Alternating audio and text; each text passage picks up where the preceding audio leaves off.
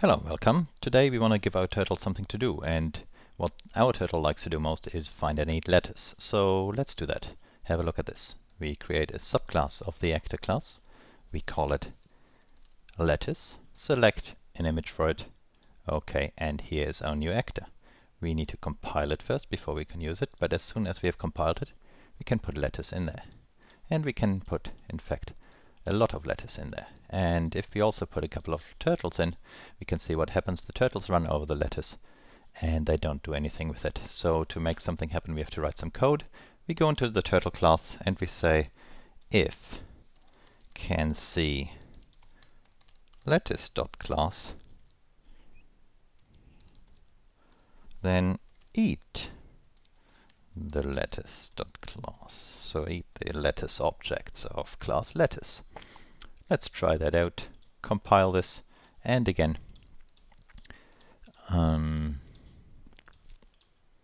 put this all in here, put a couple of turtles in, run, and our turtles eat the lettuce. Do you see that? Yeah, it works. And the next thing is, if you reset it, or every time you recompile everything disappears, the more objects we have in there, the more annoying that gets, because we have to recreate them every time. So what we do is we put our starting position in, put the lettuce in, put the turtle in, then we right click on the world and say save the world. Now the world has been saved. Every time we compile, it is back in that state and it runs, and our turtle can eat lettuce. And that's it for today. Okay. Whoa, that was quick this time. Welcome back, it's Michael here again, and this time I've shown you very quickly what we'll do today. So if this was all clear to you, you may want to stop watching now and that's it, and move on to the next one. And otherwise, I will now take a few minutes to explain what you've just seen. Okay, let's have a look back.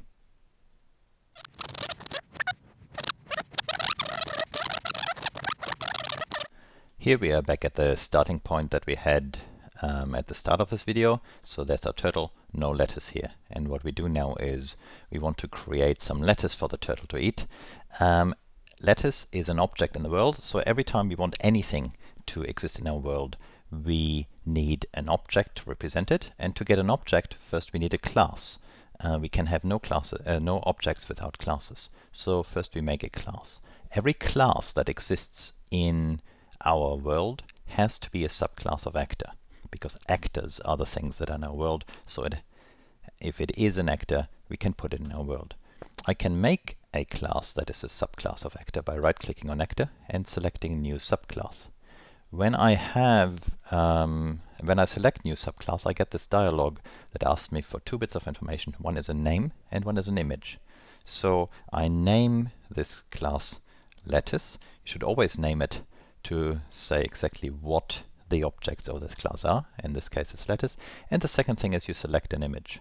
In this case I have already prepared an image here of a lettuce. There is a library of images here as well, so you can choose from a lot of other images, or you can, by selecting import from file, choose an image that you have anywhere else outside of Greenfoot. And it will then be imported and used in your scenario. So you can use an image of yourself if you want, or of your teacher, and get him chased by monsters and do whatever you like. So in this case, I choose the lettuce image that I have already prepared. So now my class is called lettuce and has this image, and it appears here as soon as I click OK.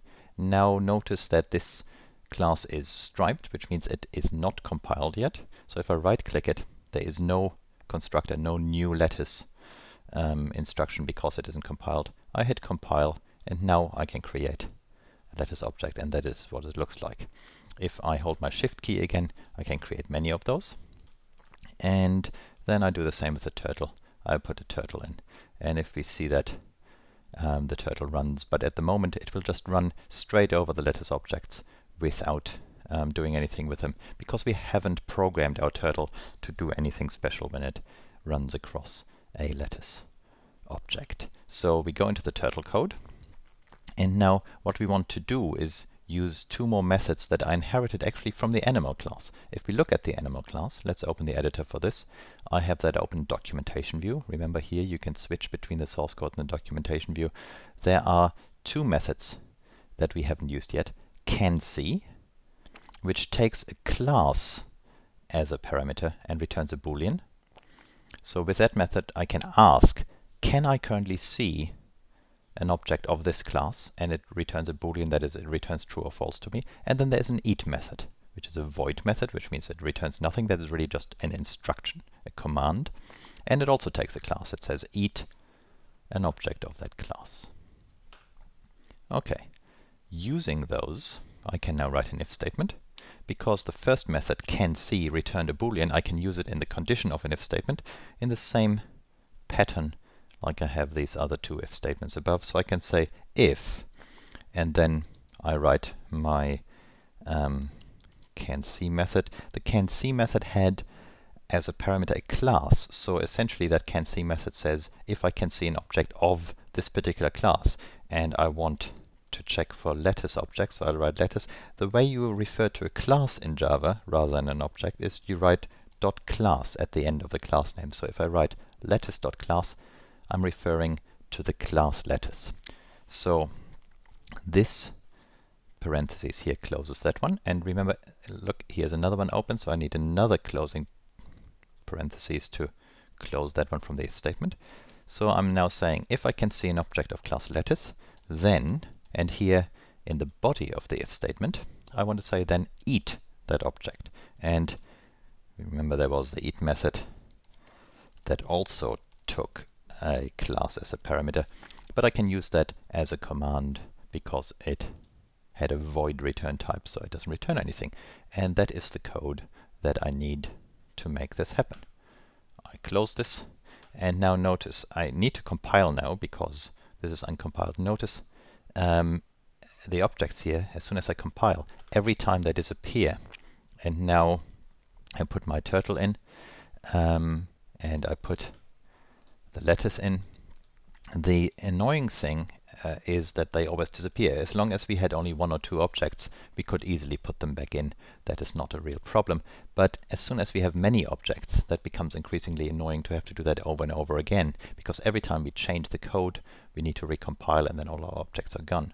So what we can do instead is we right-click on the background of the world, and there is an option called Save the World. If I click Save the World, it will actually write some code into the world class. So I select this now, and that actually opens for me the turtle world class definition. So here, see, that's the editor for turtle world. It is this class that has just been automatically opened, and it has been opened because the Greenfoot environment just wrote automatically some code into this. We will investigate this code in detail a bit later, but here, essentially, if we quickly look at the code, there's a turtle being created, and then the turtle is added to the world, and then there's a lattice being created and added to the world, and another lattice object created and added to the world, and so on. So here is just code written that creates all these objects and places them into the world. So what I have done by hand before has now been written as Java code into this class, and now every time I compile, this will happen automatically, and these objects get created and placed into the world. If I run this now, my turtle, every time it runs over a lattice object, it will eat that lattice. Okay. And that is it for today. So something again for you to try out. By the way, what we've done here formally is called collision detection. Collision detection is to recognize when two objects touch each other. And in this case, we have recognized that the turtle object touches the lattice object by using our canSee method, and while logically this is seeing the lattice and eating the lattice, the technical term for that is collision detection between two objects. We will see more of that later when we want to write other games where things happen when two things collide. But this is enough for today. Thanks for watching. Until next time, bye bye.